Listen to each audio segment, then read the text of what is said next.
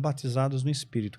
Aí o Simão chega lá e fala para Pedro: aí Pedro, quanto custa pra você passar essa unção para mim? Quanto custa? Como é um negócio, né? E hoje em dia a gente vê esse desdobramento na igreja, pessoas vendendo a unção, vendendo pedaço da cruz, o lenço ungido, a água consagrada, né? Então, quer dizer... Como que tem pedaço da cruz até hoje sendo vendido? Pois é. Que cruz enorme é essa, cara? Imagina, a lasca da cruz. Água do Rio Jordão. O cara pega lá Tornerol mesmo e pronto. Não quer nada, Jordão, coisa nenhuma. Caramba. Né? Engana o povo. A lâmpada ungida, lâmpada consagrada. Quando você pensa que os caras já pensaram de tudo, sempre tem uma pérola nova. Tem uma equipe de marketing que trabalha full time para tentar descobrir o que nós vamos inventar agora, né? Mas a gente tá falando sobre poder maligno, eu queria tentar voltar, porque é um assunto muito interessante que eu já li bastante e tenho muitas dúvidas. Então vou voltar lá para trás. Eu sempre tive dúvida entre todos esses termos aqui. Teve o Rina, a gente conversou um pouco sobre isso. Satanás, diabo, demônio, Lúcifer, até Samael. Eu já li em algum trecho, Samael, que teria sido o anjo que poderia ter sido Satanás. Ou Sim, isso está nos apócrifos, né? Eu acho que é Enoque, que eu pesquisei também para o livro que eu estou escrevendo. Qual que é a história de Lúcifer? E é mesmo aquela que ele era um anjo invejoso e desejou ser Deus? Da onde vem isso? Ele era um anjo bonito, belo, né? Portador de luz.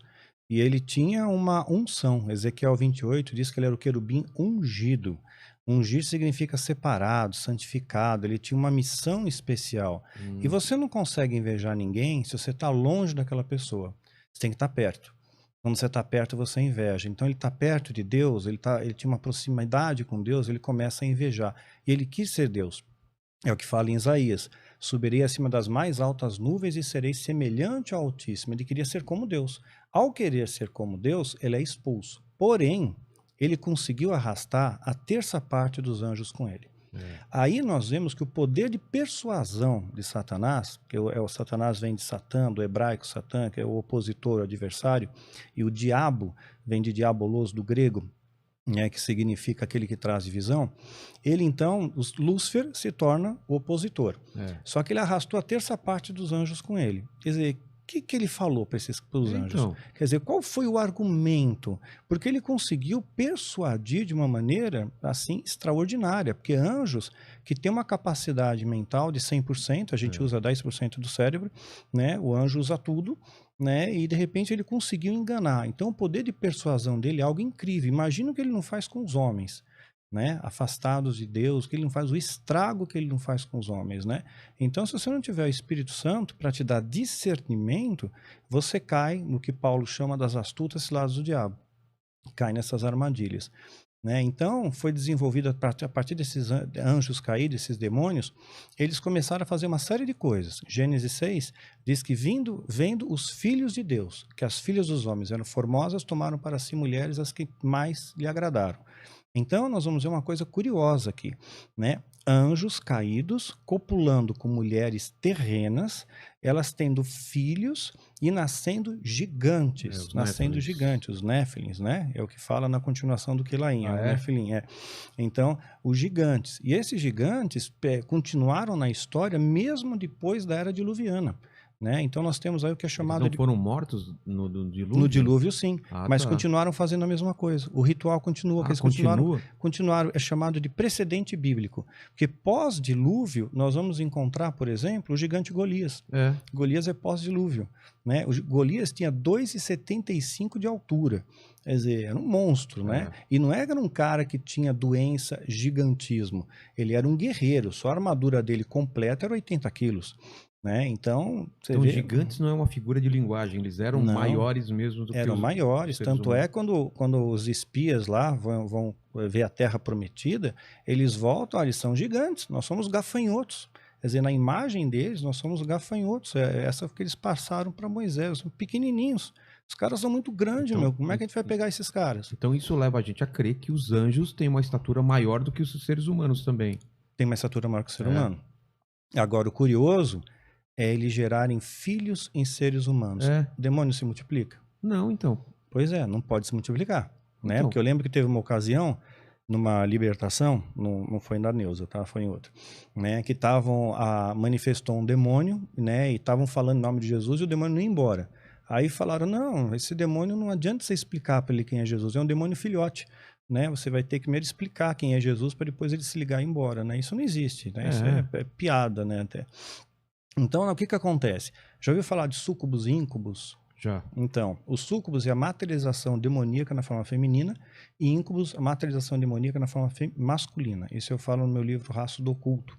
E também tem 2 vídeos no meu canal, A História do Diabo e o Diabo na História. Também explica lá. Então ele se materializa, né? Ele pode, até os anjos se materializaram para Abraão, para Ló, comeram, né? Quer dizer, materialização bem concreta mesmo, comeram. Ele se materializa na forma feminina, como um súcubo. Isso, veja bem, não pode acontecer em qualquer lugar. Tem que ser no ambiente ritualístico. Um anjo de Deus pode aparecer aqui, se Deus permitir, né? Mas um demônio não pode, materializado não. Ah, não? Só dentro de um ritual, só dentro de um espaço ritual, né? E tem medidas, tem proporções, tem tudo certinho ali para poder... assim como tinha medidas e proporções para a construção do tabernáculo, e uma vez obedecidas medidas, obedecidos os rituais que Deus estabeleceu, o Shekinah de Deus se manifestava. Ou seja, o que antes era um pedaço de areia do deserto, agora é o poder de Deus que está ali. Shekinah é o poder, É o poder de Deus. O poder de Deus está ali. A glória de Deus, né? Aí, essas entidades têm que fazer isso em ambientes rituais, em templos. Na época seriam os igurates ou os etemenanques, né? Que era muito comum na Mesopotâmia. Então, eles pegam... Deixa eu tomar uma água aqui. Eles pegam, se materializam na forma feminina, súcubo, tem relação com o homem, recolhe o sêmen, né? Aí ele se materializa na forma masculina, íncube, né? E vai incubar. Ele vai fazer uma incubação. E aí ele injeta aquele sêmen. Porém, a célula germinativa, ela foi carregada com uma espécie de energia, porque essas entidades têm uma energia. Né? Na falta de uma palavra mais adequada, vou usar energia mesmo, né? Então imagina que a energia atômica ela pode causar mutação na pessoa, né? Em animais e até em árvores, né? Então uma mulher grávida não pode tirar um raio-x, pode comprometer a formação do feto. Então essa energia radioativa pode comprometer, pode deformar o nosso DNA. Então, essa energia dessas entidades, quando eles transportam a célula germinativa, eles corrompem isso e aí vai nascer uma anomalia, né? Não vai nascer um bebê normal, vai nascer os gigantes. Que a Bíblia diz que eram varões de grande renome, pelos feitos que eles faziam e tudo mais, né? Então, são alguns feitiços de alta magia que já remontam desde a época da Mesopotâmia.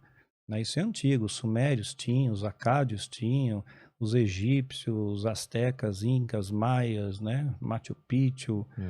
Isso está pelo mundo inteiro. Os caras chamavam de semideuses, né? Devia ter várias denominações. Exato, essa é a ideia mesmo, semideuses. Filho dos deuses, né? Com as mulheres.